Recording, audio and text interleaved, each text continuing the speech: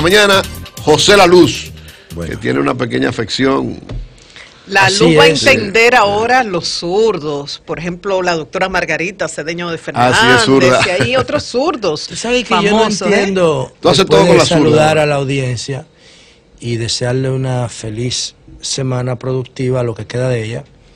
Yo no entiendo, realmente nunca lo he leído, por qué nosotros tenemos más destreza con una mano que con otra.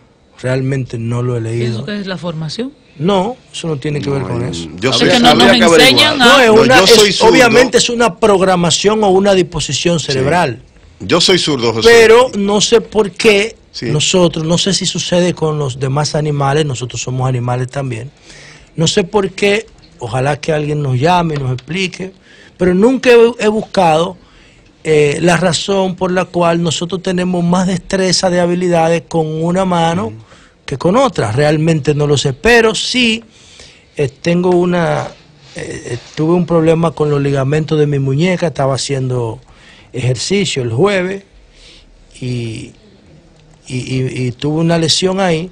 Entonces tuve que ir el viernes al hospital de la Fuerza Armada. Déjame aprovechar para saludar a algunas personas que me trataron tan bien en la Fuerza Armada, empezando por el doctor Jordi Rosado, que es médico ortopeda traumatólogo allá, la doctora Milor Rodríguez, el doctor Miguel Robiu, que fue el que me dio las primeras atenciones, que me llevó a tomarme la radiografía, y el coronel también Máximo Rosa, que es supervisor del hospital, que realmente me trataron muy bien cuando fui allá el viernes, en la mañana después de haberme lesionado mi mano, y me trataron muy bien y me pusieron este yeso que tengo en mi mano derecha. Entonces...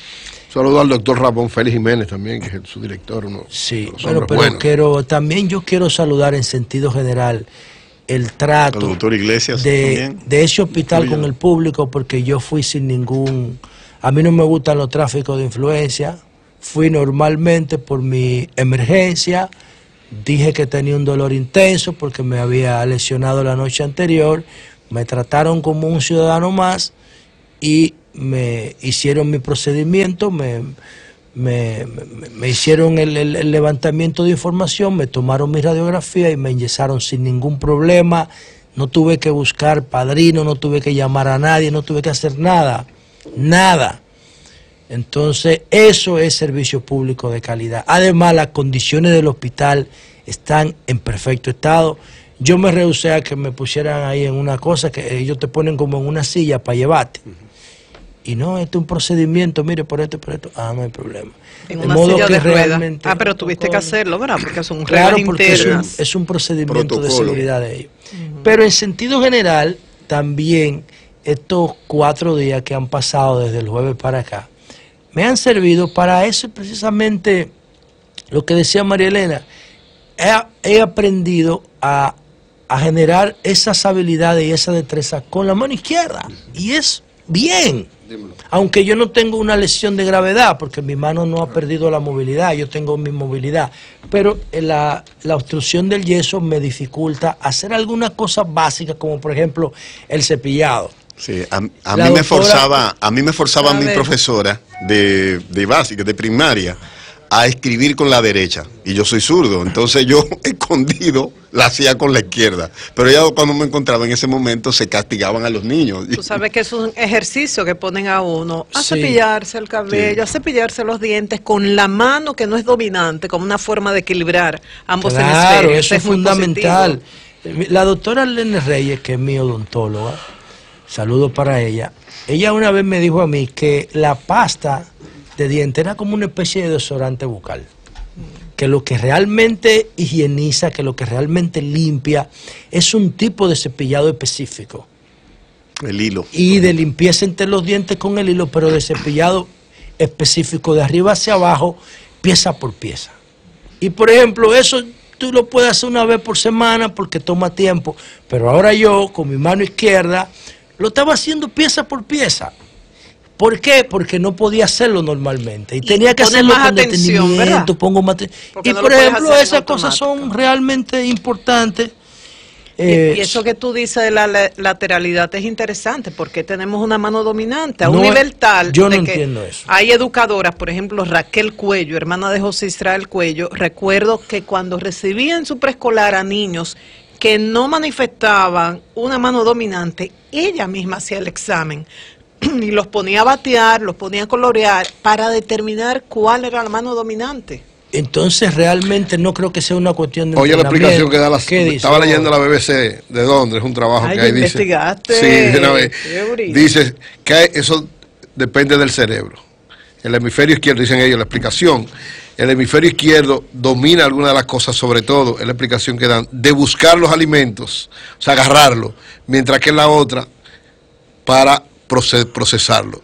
Por eso dicen que en algún tipo de actividades, el hemisferio izquierdo y el hemisferio derecho tienen que ver con las manos, y depende de cómo se haya usado y la explicación que dan aquí. Pero te dice si hay otros animales que tienen esa habilidad concentrada en una mano específica. Cerebro animal. Por ejemplo, mire, el pelotero izquierdo nada más puede jugar. No, puede ser ambidestro. No, el pelotero izquierdo nada más puede jugar en materia de defensa 2 bases. Ah, ok, digo 2 bases. Outfield y lanzador. No puede ser tercera, no puede ser shortstop, no puede ser segunda, no puede ser primera, no puede ser catcher. Porque el tener que usar la mano izquierda tiene que cruzar para hacer el movimiento de lanzamiento. Y ya eso es una milésima de segundo que le da ventaja al otro. ¿Tú estás oyendo? Entonces, para que ustedes vean, un jugador de béisbol izquierdo nada más puede jugar 2 posiciones en el cuadro, outfield y lanzador. Y en muchas cosas el mundo está concebido para lo diestro, es decir, incluso la guitarra, no me convence eso, aunque ya José La Luz va a entrar en materia. Aprovechemos esta conversación para seguir investigando que los zurdos también existen, y pero los zurdos, Barack Obama, claro, hay muchos zurdos, debe tomar en cuenta a los zurdos. Por ejemplo, pupitres aquí no toman en cuenta la posición en que se sienta, escribe, maneja la computadora un zurdo. En las escuelas eso debe ser ya una realidad. Mira, dice aquí que en los deportes generalmente los zurdos tienen mayores ventajas. Sí, en el caso de los deportes. Bueno, en el caso de los por las limitaciones, no dice de varios deportes, mencionan varios deportes. Sí, en varios deportes. Pero en el caso del béisbol, un buen lanzador zurdo es una joya. Pero es una joya escasa. Cuando tú estás, por ejemplo, y me pasó a mí, de niño, queriendo participar, y todos los guantes que hay disponibles son derechos. Sí, es cierto. Entonces, miren, con ese escenario. ¿Tú eres zurdo? Sí, yo soy zurdo. Y de derecha en política. No, de derecha no. Yo soy pragmático. Todo lo contrario. Yo me formé en la izquierda. Yo no tengo sesgo. Yo creo en lo que científicamente funciona. Bien, seguimos con José. Bueno, entonces, señores, con relación al tema de la Constitución, que es un tema recurrente cada vez que llega noviembre, porque un día como hoy, hace 174 años, tuvimos nuestra primera Constitución. Los marxistas acuñaron una frase que es muy famosa en todo el mundo intelectual y científico, que es como una especie de axioma del materialismo, ¿no? Lo material determina lo social. Las fuerzas socioeconómicas que fueron necesarias para la separación de Haití en 1844, las fuerzas materiales, no intelectuales, fueron las que se quedaron con el control del proceso después de la separación de Haití y la resistencia que tuvimos después de febrero de 1844. Y esas fuerzas atrasadas, encabezadas por Pedro Santana, fueron las fuerzas que determinaron el tipo de institucionalidad. Esa materialidad determinó la institucionalidad dominicana. Una institucionalidad dominicana que nació enferma de ese proceso. Y nunca se ha podido superar. Nunca se ha podido superar. Entonces, Santana determinó el tipo de constitución que nosotros nos daríamos varios meses después del acto de separación de febrero a noviembre, con sus fuerzas atrasadas en términos de que eran fuerzas ateros, o sea, de hacha, de machete y tierra, de asá, de labrar la tierra, de no tener la capacidad de entender los procesos abstractos sino puramente físico. Su vínculo con el campo, con la tierra, con el ordeño, con la carne, con el machete, con el cuchillo, con el ganado, con la madera. Esa forma todavía tribal de nosotros vivir y resolver nuestros conflictos. Por eso eran tan buenos en el campo de batalla, porque solucionaban los conflictos de manera violenta, los conflictos de su vida cotidiana. Y para ello, las reglas eran las que ellos imponían y las que les convenían. Y así nació nuestra República Dominicana, y nosotros tenemos que entender eso. En el mismo acto de constitución de la Constitución, en el mismo día del fin de los trabajos, Santana hizo rodear a los constitucionalistas en San Cristóbal. Yo le decía a los muchachos en la pausa aquí, para que le hicieran aprobar el artículo 210, porque él decía que él no iba a obedecer nada de eso, porque nosotros podíamos ser víctimas de una amenaza, y que él necesitaba poderes plenos. Pero ¿de qué forma lo hizo esa petición? Con la fuerza, porque él no tenía otra capacidad de solucionar conflictos que no fuera por la forma violenta, y poniendo las reglas que a él le convinieran. Y así hemos nosotros ido transitando una constitucionalidad que va reflejando lo que somos materiales e intelectualmente. Hay una película de Robin Williams, que yo no recuerdo su nombre porque eso fue hace mucho tiempo que la vi y no tenía la conciencia política que tengo ahora, pero se trata de dos muchachos que son estudiantes de Harvard, y él es una especie como de homeless de biblioteca, porque él vive en la biblioteca de Harvard por el frío, que no puede vivir en la calle. Entonces él se cobija en la biblioteca, y en la biblioteca, más o menos, porque yo esa película la vi hace mucho tiempo, él aprende muchísimo de derecho. Y ustedes saben que Harvard en Boston es una especie como de catedral del derecho. Y él aprende muchísimo, y cuando los muchachos tienen problemas para un examen, él le va dando la respuesta y se la va dando como hoja, creo que les roba la tesis o algo así, y se la va dando hoja por hoja para que ellos le den comida. Entonces, en una audiencia del aula, Robin Williams, yo no sé por qué motivo lo dejan hablar. Y cuando lo dejan hablar, él dice, el mayor valor que tiene una constitución es que se puede cambiar.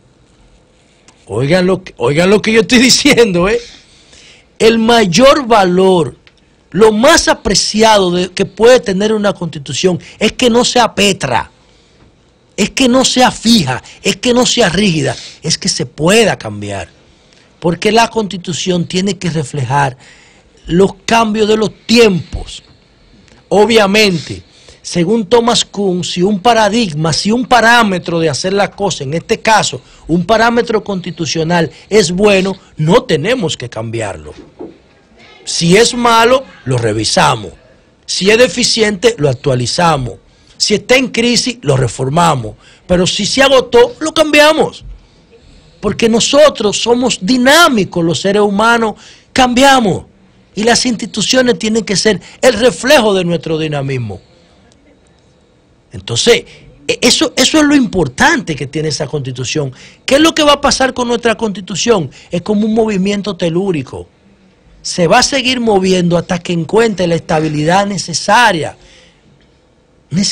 Pero recuerden que lo que hay dentro de la placa tectónica es fuego y hierro fundido en el centro de la Tierra, y es lo que va presionando esa corteza terrestre que se mueve permanentemente. Nosotros somos una bola de energía, los seres humanos, y vamos haciendo conflictos de intereses y organizando las cosas, y nos vamos moviendo permanentemente. Y la Constitución tiene que reflejar esos movimientos. En la medida que vayamos madurando como sociedad, en esa misma medida nosotros vamos a ir fortaleciendo nuestras instituciones. Así como Santana rodeó el Congreso, los constitucionalistas para que se aprobaran el 210, o como la Constitución de 1963 la hicieron abortar, la de don Juan Bosch, o la del 58 de Moca, de fue la que se hizo 14 años después. Los constitucionalistas. Los constitucionalistas mocanos, una de las constituciones más avanzadas, la de Benigno Filomena Rojas. Esa constitución de Moca reflejaba un avance que concentra los principales valores de la sociedad de hoy: libertad, respeto por las instituciones y respeto por la propiedad privada. En el 1858, señores, nosotros estábamos hablando de eso. ¿Por qué? Porque lo veíamos en la Constitución francesa, que los haitianos la copiaban aquí, y lo veíamos en la Constitución de Estados Unidos de 1786. 76. No, 76 fue la independencia, independencia, pero la Constitución norteamericana fue después. Entonces, lo que quiero significar con esto es que la Constitución es un ente dinámico, refleja nuestros valores. Y esta Constitución que tenemos ahora es una Constitución buena. Yo me la he estudiado, creo conocerla. Tiene 277 artículos, tiene un preámbulo que menciona la palabra libertad como 4 veces. Tiene 15 títulos o capítulos o bloques. Tiene 20... Tiene el último bloque, el último título es el de los transitorios y disposiciones generales y disposiciones transitorias. Disposiciones generales y transitorias tiene 20. Pero tiene 15 títulos que engloban los aspectos más importantes de nuestra sociedad. La definición del Estado, la forma de gobierno, nuestros derechos fundamentales, que es el bloque número 2 de la Constitución. Después vienen los 3 poderes fundamentales del Estado: ejecutivo, legislativo y judicial, que son los bloques 3, 4 y 5. Después viene el bloque de Defensoría del Pueblo, que mira ahí, eso habrá que revisarlo en un momento dado. Eso está sentado en la Constitución, pero no tiene el nivel de tasa de retorno que nosotros hubiésemos esperado. Eso parece un copy-paste de otro país. Después viene el bloque de la administración y ordenamiento territorial, que no se ha trabajado. Ahora en el Congreso estamos conociendo la ley de ordenamiento territorial. Todavía nosotros no tenemos una ley de ordenamiento territorial para que la sociedad sepa dónde se puede construir qué cosa y dónde no. Eso es fundamental. Pero eso está en la Constitución, creo que en el bloque número 8, y todavía nosotros no hemos podido trabajar eso. Después viene el bloque de régimen del sistema monetario y financiero, la política económica, está el régimen de la Fuerza Armada, está el régimen del estado de sitio, está el régimen de la constitucionalidad, el bloque de constitucionalidad. Esa Constitución de nosotros es una Constitución muy avanzada, quizá un poco codificada, porque tiene aspectos que quizás se pudieran tratar en leyes orgánicas, pero es una Constitución buena. Ahora esa Constitución va a sufrir la presión de los sectores que interactúan en la sociedad, porque hay sectores que creen que esa Constitución se puede modificar. Yo pienso que no se puede modificar. ¿Tú eres partidario de que se junten los dos? Bueno, es que porque eso es constitucional. Eso del régimen electoral, que eso todos los bloques, creo que es el número 7. Exacto. O sea, que no sea en febrero elecciones congresionales. Eso es impracticable. Lo que pasa es que cualquier dedo que se le ponga a la Constitución... Pero hay que modificar la Constitución para eso. Sí, pero el problema está que si tú modificas la Constitución para eso, abre un boquete para otras cosas. Eso habría que hacerlo y después que el PLD tenga candidato. Habría que ver cómo se comportan las fuerzas políticas determinantes en el Congreso, que es el PLD. Porque que lo también tiene. pasa algo, José. Bueno, tú dices que es impracticable y bueno, hay un escenario de cierto desorden en la materia que puede avalar tu juicio. Sin embargo, la primera vez que vamos a unas elecciones separadas es en las próximas. O sea, ahí es un poco que vamos a ver. No, pero hemos ido antes. No, aunque separadas. con 2 años, por año. Pero el mismo año, las que son en febrero, las que son en mayo. Y segundo, si se respeta el calendario electoral, los plazos, si todo como que no se fusiona en el desorden, yo entiendo que mantener las elecciones así es sano. Es correcto, una ayuda a la otra. Lo que tenemos que respetar. No es sano, es que es imposible. Pero ¿por qué no pensaron eso en su momento? Yo no, ese no es el tema. Podemos hacer un debate la sobre Asamblea Nacional aprueba cosas sin lógica. Yo digo que es impracticable hacerlo con tan poco espacio de tiempo. Para mí, eso nunca debió tocarse después de cómo quedó en la reforma del 94.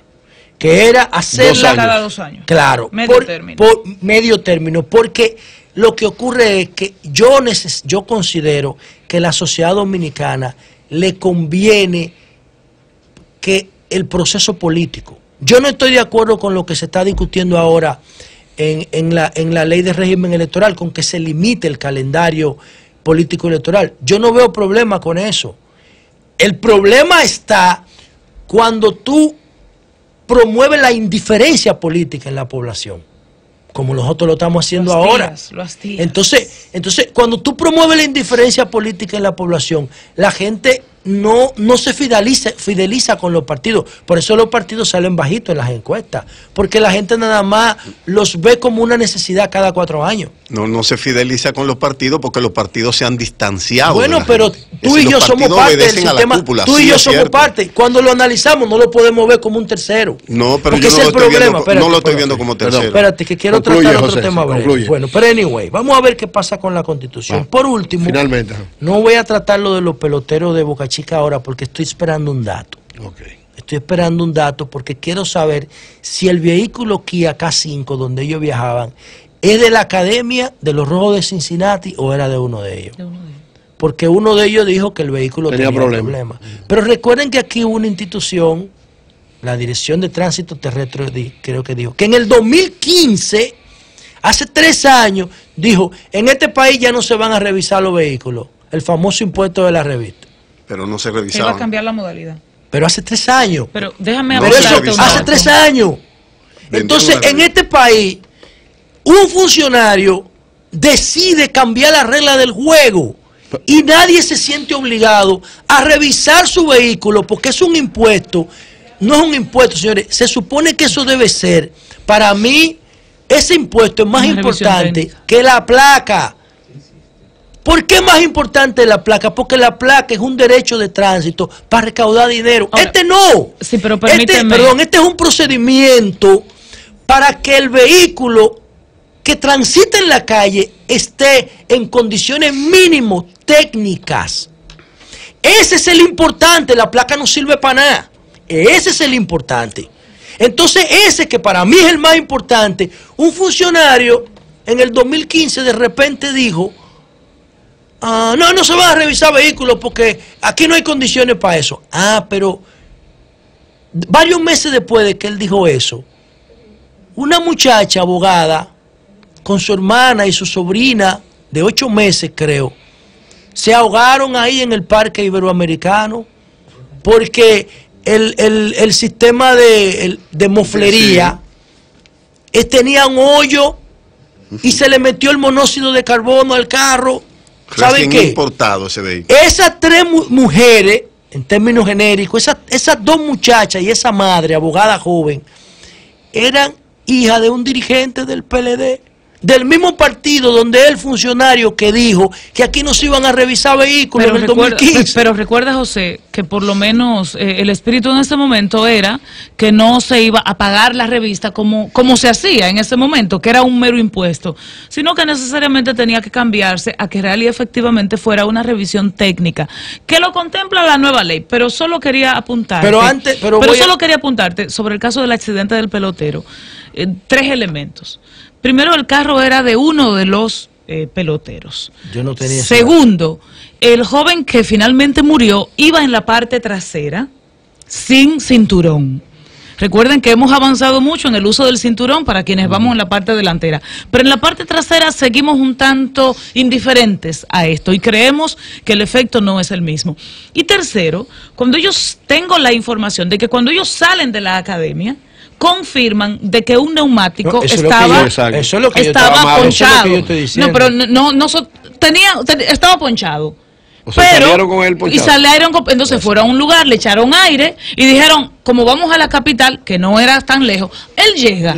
Sí, y no llegó. Eso es un cálculo. Y no llegó. El director de la DGC de Relaciones Públicas dijo que ellos notificaron que el vehículo tenía un desperfecto. Sí. Ellos lo comentaron. Pero obviamente eran muchachos, 19 años. Tú sabes que una goma, si tiene problemas y está en la parte delantera, el sentido común lo que te dice que la ponga en la parte trasera y ponga la mejor en la parte delantera, claro, porque en la parte delantera es que está el direccionamiento. Entonces, ahí está el direccionamiento del vehículo, y si tú tienes problema en la parte trasera, el vehículo solamente tú vas a sentir el cambio de gravedad, porque hay una de las 4 gomas que está vaciando si tú te parqueas a la derecha. Claro. Pero si se te explota la goma de adelante, ya tú vas a correr el riesgo de perder el control. Obviamente también son niños, 19 años. Entonces por eso quizá no tenían la pericia, quizá no debieron pasar de 40 kilómetros por hora, sí, sino que querían era llegar, etcétera. Pero el tema es que ellos se sienten empoderados a manejar en un vehículo sin las condiciones mínimas de seguridad mecánico-técnica, porque en República Dominicana hace 3 años un funcionario del gobierno decidió él, por encima de la ley, que ya no había necesidad de revisar los vehículos porque esto es monte y culebra. Cambio fuera, Mauro.